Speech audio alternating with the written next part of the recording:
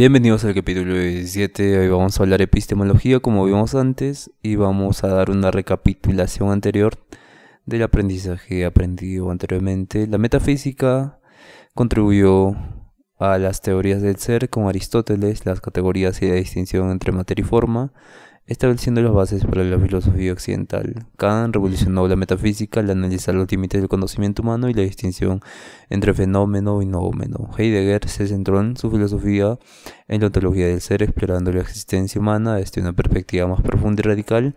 Cada uno de estos filósofos han dejado una huella imperecedera en la metafísica y en la filosofía occidental, marcando un hito para el desarrollo de ahora la epistemología, que es la rama de la filosofía que estudia la naturaleza, el origen, pero también los límites, pero ya no de la realidad de la naturaleza, sino del conocimiento. Entonces se pregunta de preguntas fundamentales sobre el conocimiento, qué podemos conocer, cómo adquirimos el conocimiento y cuál es la justificación para nuestras creencias, como vimos anteriormente. El propósito de la epistemología es entender los procesos y condiciones que hacen posible el conocimiento, evaluar la fiabilidad de nuestras creencias y explorar los criterios para distinguir entre creencias justificadas y no justificadas.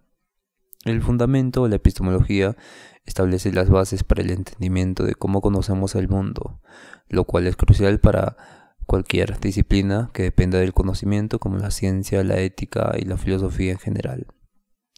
También nos proporciona herramientas para evaluar la validez de nuestras creencias y las metodologías usadas para obtener el conocimiento, contribuyendo a la mejora de la investigación y el pensamiento crítico.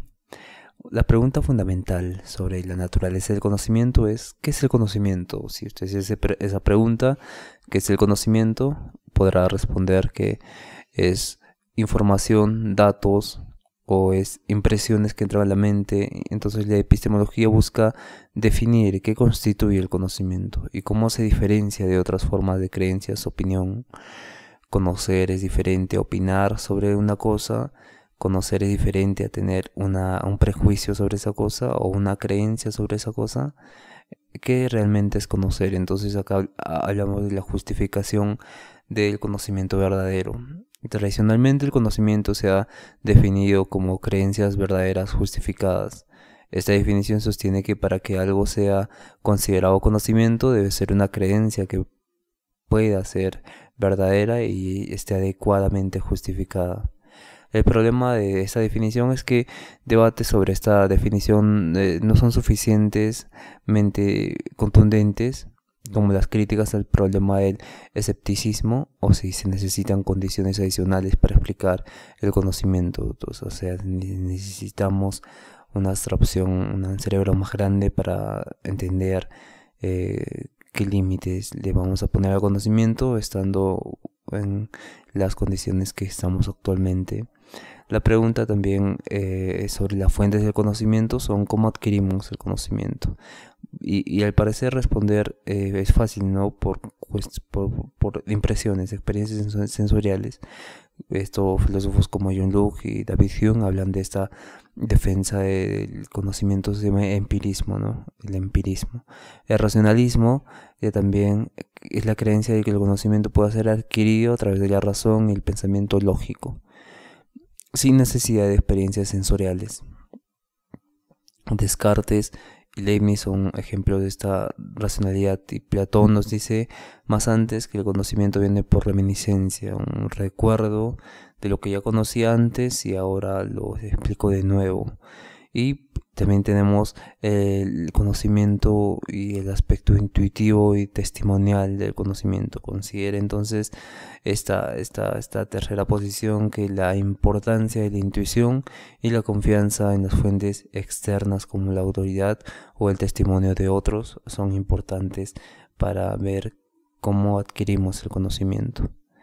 Y se hace preguntas sobre la credibilidad. ¿Te acuerdas? Trae problemas, ¿no? La credibilidad, ya que los sentidos nos pueden engañar, la razón no puede ser de todo fiable, los conocimientos intuitivos de terceras personas tampoco pueden ser infiables. Entonces, ¿cómo justificamos nuestras creencias? ¿Cómo hacemos eso? La epistemología entonces explora los métodos y criterios usados para justificar nuestras creencias y evaluarlas en términos de credibilidad. La idea de que el conocimiento se basa en creencias fundamentales que no requieren justificación adicional se llama fundacionismo. El fundacionismo es la idea de que el conocimiento se basa en creencias establecidas, innatas, fundamentales, que no requieren otra justificación adicional, sino que ya están dadas. Este fundacionismo es muy interesante. También tenemos que entender el coherentismo. El coherentismo es básicamente la teoría de que las creencias es justificable si es coherente con un sistema de creencias interrelacionado, o si se interrelacionan ciertos conocimientos y tiene coherencia y es coherente, ¿no? Esto se basa mucho en la ciencia, donde tiene que estar lógicamente administrado, armado, para que esa investigación sea coherente, tenga precisión lógica y sea verificable, así como sistemático. Y también tenemos el tercer aspecto, que es el escepticismo, ¿no? Este tercer aspecto es también los argumentos que cuestionan la posibilidad de obtener el conocimiento verdadero o justificado. Entonces los desafíos que presentan para la epistemología son varios. Por ejemplo, si es posible que un conocimiento verdadero sea no posible, que haya la posibilidad de que no sea verdadero, aunque sea 1%, no es entonces 100% objetivo, no es 100% verdadero. Entonces estos desafíos se presentan en la ciencia y la epistemología, que nos dicen que el escepticismo son las corrientes que no creen absolutamente en nada, ¿no? Por ejemplo, cualquier teoría científica que podamos tener, nosotros al momento de tener 1% de posibilidad de que no sea posible, ese conocimiento queda anulado. Y eso es el escepticismo. Y tenemos que hablar de la verdad y la creencia también. La verdad y la creencia. ¿Qué es la verdad y qué es la creencia? Entonces, ¿qué es la verdad y cómo se relaciona con la creencia también? Se pueden preguntar. Y entonces la epistemología analiza la relación entre la verdad, las creencias y el conocimiento. Las teorías de verdad incluyen la teoría de correspondencia. La verdad es lo que corresponde a la realidad. Hay personas que dicen eso, correspondencia. La verdad es lo que corresponde a la realidad. La teoría coherentista nos dice que la verdad es la coherencia dentro de un sistema de creencias. La verdad es la coherencia dentro de un sistema de creencias. Y la teoría pragmatista, donde la verdad es lo que funciona en la práctica. La relación entonces entre creencia y conocimiento explora cómo nuestras creencias deben alinearse con realidad para constituir conocimiento verdadero. Explora cómo nuestras creencias deben alinearse como la realidad para de ahí construir conocimiento verdadero. Estas creencias deben ser tan asociadas como la objetividad que podamos tener de un conocimiento que podría ser verdadero en un punto, en cierta medida. Entonces la epistemología es la rama de la filosofía que busca entender la naturaleza del conocimiento, sus fuentes, su justificación y la relación con la verdad. A través del análisis de estas cuestiones fundamentales, la epistemología proporciona las herramientas necesarias para evaluar nuestras creencias y la validez de nuestras afirmaciones sobre el mundo. Aunque pueda parecer abstracta, sus implicaciones son cruciales para la ciencia, la ética y el pensamiento crítico en general. Esta es una breve introducción que hicimos sobre la ética. Ahora vamos a entrar a profundidad con la epistemología. Se define y se centra en cuestiones sobre cómo adquirimos el conocimiento, qué podemos conocer y cuáles son los criterios para justificar nuestras creencias. El objetivo principal de la epistemología es analizar las condiciones y procesos que hacen posible el conocimiento, evaluar la validez de nuestras creencias y establecer criterios para determinar qué creencias pueden ser consideradas verdaderas o justificadas. La importancia para la epistemología se da en el pensamiento crítico y los fundamentos del conocimiento. El pensamiento crítico ofrece herramientas para evaluar la fiabilidad de nuestras creencias y metodologías, promoviendo así un un pensamiento crítico y riguroso sobre el conocimiento. Y la epistemología proporciona una base para entender cómo adquirimos y validamos el conocimiento, cuál es fundamental, lo fundamental para todas las disciplinas que dependan del conocimiento. Y también se hace preguntas, por ejemplo, ¿qué es el conocimiento? ¿Qué constituye el conocimiento? Esa pregunta busca definir qué significa conocer algo y cómo se distingue el conocimiento verdadero de un conocimiento simple, una creencia, una opinión. ¿Cuál es la distinción? Y aspectos claves: tradicionalmente el conocimiento se ha definido como creencia verdadera justificada. Es una creencia verdadera justificada, y esto implica que para que algo sea considerado conocimiento se debe ser una creencia que sea verdadera y que esté adecuadamente justificada. Y entramos al problema de la definición. Aquí no existen debates si esta definición es suficiente, especialmente a la luz de los desafíos como el escepticismo, ¿no? Que nos dicen que hay posibilidad de que 1% no sea verdadero, entonces no existe, no es un conocimiento absoluto. Y entonces, ¿qué cuestiona si podemos tener un conocimiento verdadero o no? Eso lo hace la epistemología, nos cuestiona esa situación del conocimiento verdadero. ¿Y cómo se justifica el conocimiento?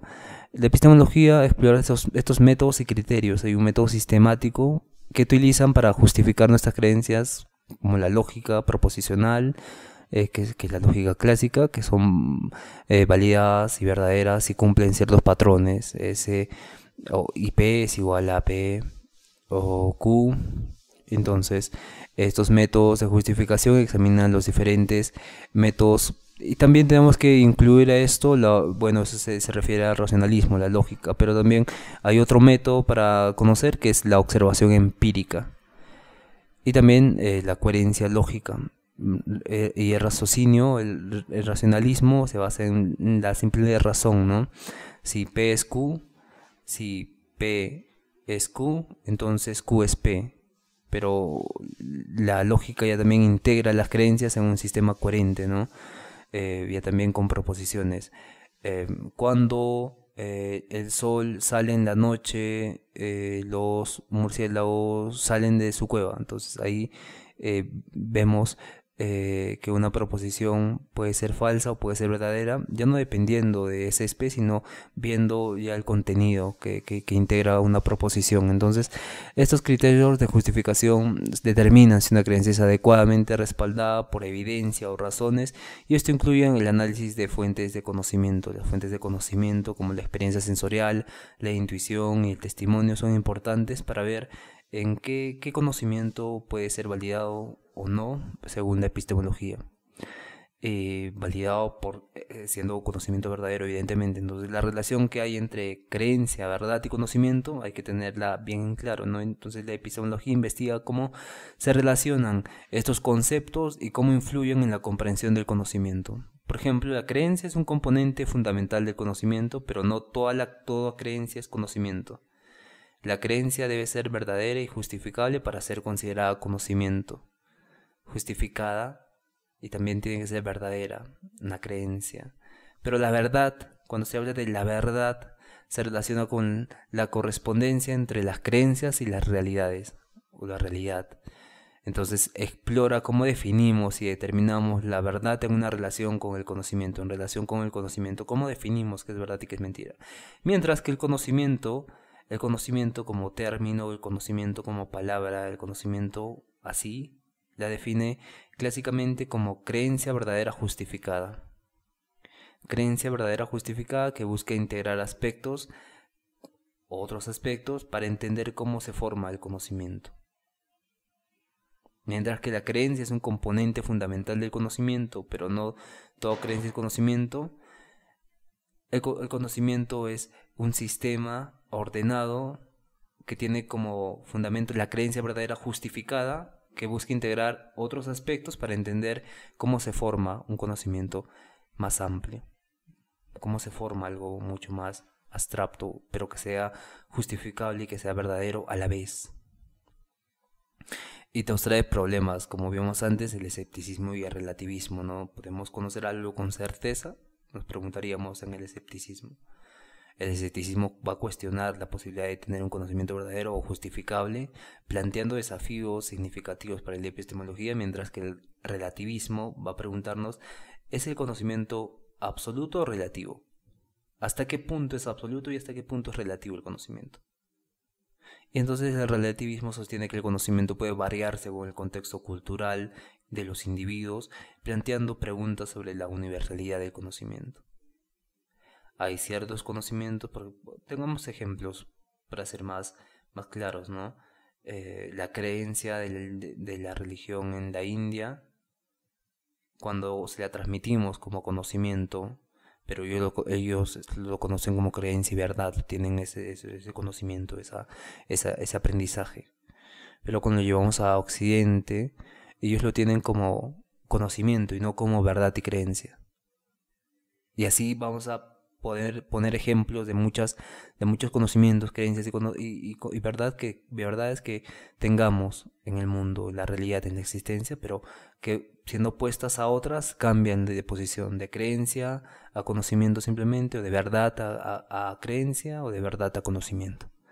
Y la epistemología trata de examinar la naturaleza del conocimiento y sus fundamentos y su justificación a través de la definición del conocimiento, la justificación de creencias y la exploración de esas relaciones entre creencia, verdad y conocimiento. Entonces la epistemología proporciona un marco para entender cómo obtenemos y validamos el conocimiento. Además también aborda desafíos como el escepticismo y el relativismo, que son fundamentales para la comprensión completa de la epistemología. Tenemos que hablar ahora de las principales teorías y filósofos en epistemología. Como vimos, el empirismo sostiene que todo conocimiento proviene de la experiencia sensorial, lo sensorial, el tacto, el sentido. Según esta perspectiva, nuestros conocimientos y conceptos se originan a partir de la observación y la experimentación directa del mundo. Y filósofos como John Locke, David Hume, son los más representantes, donde Locke nos dice que la mente es una tabula rasa. Al nacer, nace así, sin ideas innatas, nace como un pizarra en blanco, y todo conocimiento se basa entonces en la experiencia, y ya sea a través de sensaciones directas o reflexiones, experiencias internas, se va llenando la tabula rasa. Ideas simples y compuestas se van poniendo en la tabula rasa, y propuso que el conocimiento constituye a partir de ideas simples, como por ejemplo hoja, palabra, cosas simples, cotidianas, derivadas de la experiencia, y que estas ideas se combinan con ideas compuestas. Una vez tengamos el tacto de una hoja, ya mi mente lo puede asociar con un cuaderno que vio antes, ¿no? Hojas, libros, cuando abrió, y ya lo puedo asociar con tal libro. Y ese libro lo puedo asociar con un filósofo, y ese filósofo lo puede en un periodo, y ese periodo lo puedo asociar en una clase. Ya se va a un conocimiento de ideas compuestas, se van formando de ideas simples, por así decirlo, ideas simples derivadas de la experiencia. Y David Hume nos habla de las impresiones y de las ideas. Hume distingue entre impresiones, o sea, experiencias sensibles vivas, e ideas, que son copias menos vívidas de las impresiones. Estas copias menos vívidas de las impresiones son las ideas. Argumentó que todo conocimiento se basa en impresiones, y que las ideas complejas se forman a partir de combinaciones de impresiones simples. También nos habla del escepticismo empírico.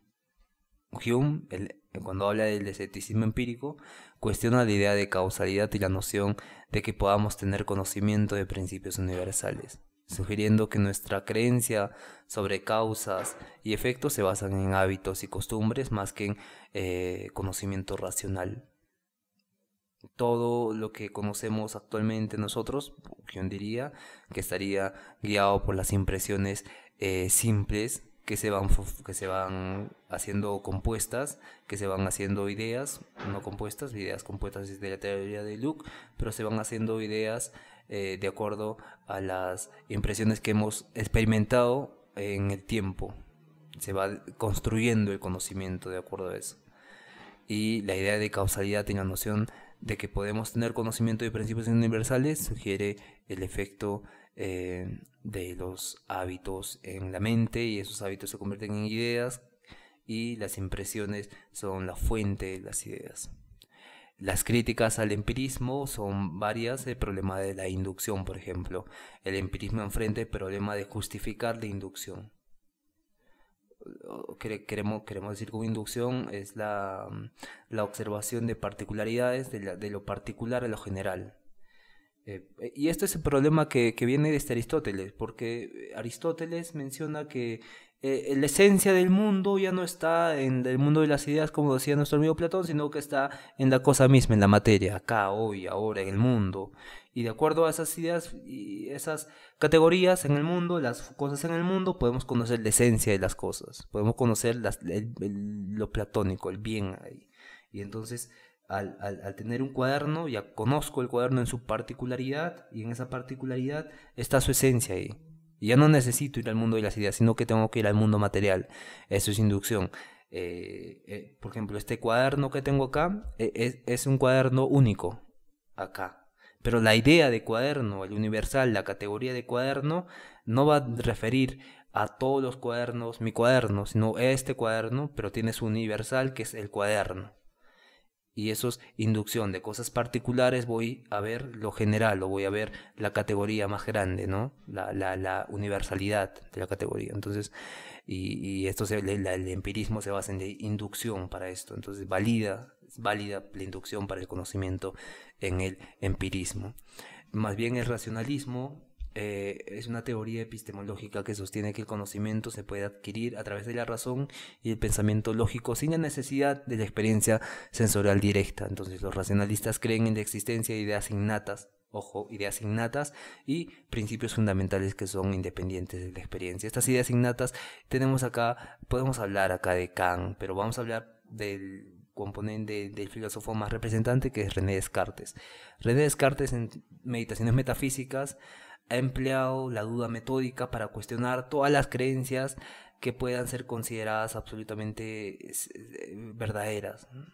Entonces pone en duda todo lo que conoce, incluso los sueños, la vida, la experiencia, los recuerdos, todo, la realidad, la forma, y llega a la conclusión de que no puede dudar de una sola cosa, no puede dudar de que él duda. Y eso es un punto central en la filosofía racionalista. Cogito ergo sum, ¿no? Pienso, luego existo. Y este es un punto de partida para el conocimiento seguro. Yo, al dudar de todo, pero no dudar de que dudo, puedo iniciar recién a conocer el mundo particular afuera, el mundo externo, de acuerdo a eso a ese estado donde yo no dudo de esa certeza de que pienso. Y eso defiende ideas innatas, ¿no? Defiende la existencia de ideas innatas y principios fundamentales, como la existencia de Dios y las matemáticas. Pero estas también las pone en duda. En los sueños, dice Descartes, hay un genio que 2 más 2 en el sueño o en la realidad sigue siendo 4. Y no puede ser 5 porque me daría cuenta que estoy soñando. Porque tiene que ser 4 porque es un principio innato en mí. Y estos se conocen como a prioris. A prioris son conocimientos independientes de la experiencia. El conocimiento matemático, la idea de Dios, son conocimientos a priori. Y para hablar de Descartes habría que entrar todo un capítulo de 1, 2, 5 horas para hablar toda a profundidad, porque habla del dualismo, la mente y el cuerpo a nivel ontológico, cómo se separan, y es muy complejo. Seguramente en un futuro vamos a analizar su libro, pero esa es la idea central del enfoque racionalista. Otro racionalista que vamos a hablar hoy es Leibniz, Gottfried Wilhelm Leibniz, que desarrolla la teoría de las mónadas. Estas sustancias simples que son la base de toda la realidad y que reflejan el universo desde su perspectiva única son fundamentales, porque nos dice que todo el mundo, todo el universo está contenida dentro de una mónada que es el individuo. Y esta mónada que es el individuo se refleja contra otras mónadas que también son el individuo, que también son el universo. Y es como vivimos en bueno, viviríamos yo en mi mónada, que todo el universo está dentro de mí, pero a la vez hay todo universo que está dentro de ti que está escuchando. Y existe algo mucho más grande, una mónada que lo llama armonía, ¿no? La armonía que hace que las mónadas tengan esa relación entre mónadas. Entonces, también vamos a hablar de Leibniz más adelante a profundidad, pero él defendió la existencia de conocimientos a priori, que son independientes de la experiencia y que son necesarios para el entendimiento de la realidad, como vimos con Kant y el espacio y el tiempo también. Entonces, las críticas al racionalismo son que enfrenta desafíos en cuanto a la aplicabilidad de las ideas innatas y la capacidad de la razón para alcanzar conocimientos sobre el mundo empírico. ¿Qué conocimientos? Bueno, acá ya entraríamos a profundizar sobre las ideas innatas, ¿no? Esas ideas innatas, ¿qué son las ideas innatas? Son conocimientos a priori universales y necesarios para entender la realidad. Pero, ¿cuáles son? Puede ser el tiempo y el espacio, sí, como lo dijo Kant, o puede ser ese pienso, luego existo, que es un conocimiento innato, esta idea de las matemáticas y de Dios que se da de forma innata, que no puede engañarme, y si me engaña es un genio maligno, que me está engañando, pero me estoy dando cuenta que me está engañando. Y esto es importante para la crítica, es la aplicabilidad de las ideas innatas. Y no, en todos los casos no se da. Bueno, o no se quiso dar también, se podría decir. Entonces pasemos al escepticismo. El escepticismo es la posición epistemológica que duda de la posibilidad de obtener el conocimiento verdadero, como mencionamos antes. Los escépticos argumentan que las creencias y las percepciones pueden estar equivocadas o ser inciertas. Sexto Empírico es conocido por sus escritos sobre el escepticismo en esbozos pirrónicos, donde argumenta que no podemos alcanzar certezas absolutas sobre ninguna proposición y que es más prudente suspender el juicio. Le apoyé. Este suspender el juicio es un estado de ser, mejor dicho, un estado de conciencia que nos permite, de acuerdo a la suspensión de juicio, tener un conocimiento objetivo del mundo. Sexto Empírico ya habló en 1100 a 1210 después de Cristo este escepticismo. David Hume ya en 1711 1776 contribuyó al empirismo presentando argumentos escepticistas sobre la causalidad y el conocimiento de principios universales.